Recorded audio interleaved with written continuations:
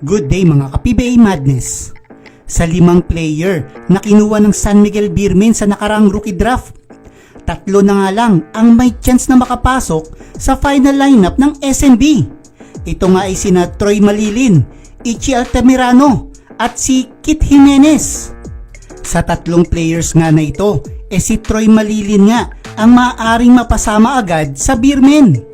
Dahil kulang nga talaga sa small forward position si Coach George Gallant. 6'4" ang height nitong si Troy Malilin. Malakas din ang pangangatawan kaya pwedeng magamit ito ng SMB sa depensa. At meron nga din itong 3-point shooting. Sa height ni Troy Malilin pwede itong umakyat sa number 4 position. Tingin ko nga magandang compliment ang maibibigay nito kay Junmar Fajardo dahil front to the basket nga ang kanyang offensive style.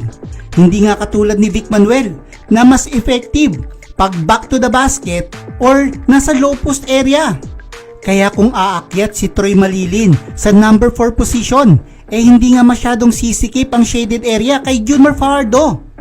Mas makakagalaw si The Kraken sa loob at pwede pang i-dominate ni Junmar Fajardo ang shaded area this coming season. Kung maganda nga ang ipapakita ni Troy Malilin sa mga unang laban ng SMB ngayong darating na Commissioner's Cup, pwede talagang ituloy na ng Beermen ang pag-trade kay Vic Manuel na narurumor niyang bibitawan nga ng SMB. Pagdating naman sa point guard na sina Kit Jimenez at Ichi Altamirano, marami nga nagsasabi na medyo madugo pa ang pagdadaanan ng 2 point guard na ito bago maipasok sa main lineup ng SMB. At may mga nagsasabi pa nga na pwedeng ilagay pansamantala sina Altamirano at Kit Jimenez sa 3x3 team ng San Miguel Beermen. Mga kamadness, may mga rumor nga na hindi pa nga daw handa na bitawan ng SMB management sina Chris Ross at si Marshall Lassiter, pati na nga rin si Simon Enciso. Gusto pang subukan ang experience ng 3 veteranong ito ngayong darating na season 48. Samantalang si Terence Romeo naman, bagamat na extend niya ang kanyang kontrata sa SMB, hindi pa nga rin guarantee na matatapos niya ang kontrata sa San Miguel Beermen uniform. Lalo na't nauna na ngang umingay na gustong makuha ni Coach Tim Cone si The Bro. Kaya kung may mawawala ngang isang gwardiya sa lineup ng SMB, dun lang natin masasabi na makakapasok sa main lineup ang 2 rookie point guard na sina Ichi Altamirano at Kit Jimenez. Mga kamadness, sa lineup nga ng SMB ngayon, meron nga silang 12 active players. Nawala na nga sina Mike Cañete at si Robbie Herndon. Kaya pasok talaga sina Troy Malilin, Ichi Altamirano at Kit Jimenez sa 15 players lineup ng SMB.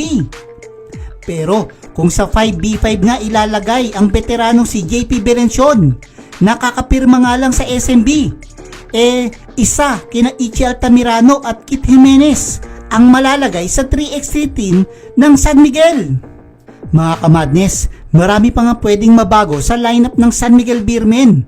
Pero pagdating nga sa mga rookies, kung sakali nga mapasama sila sa final lineup ni Coach George Gallant, may chance naman silang magamit ni Coach George Gallant kesa nga sa dating sistema ni Coach Leo Austria na 8 to 9 players nga lang ang ginagamit at puro veterano pa.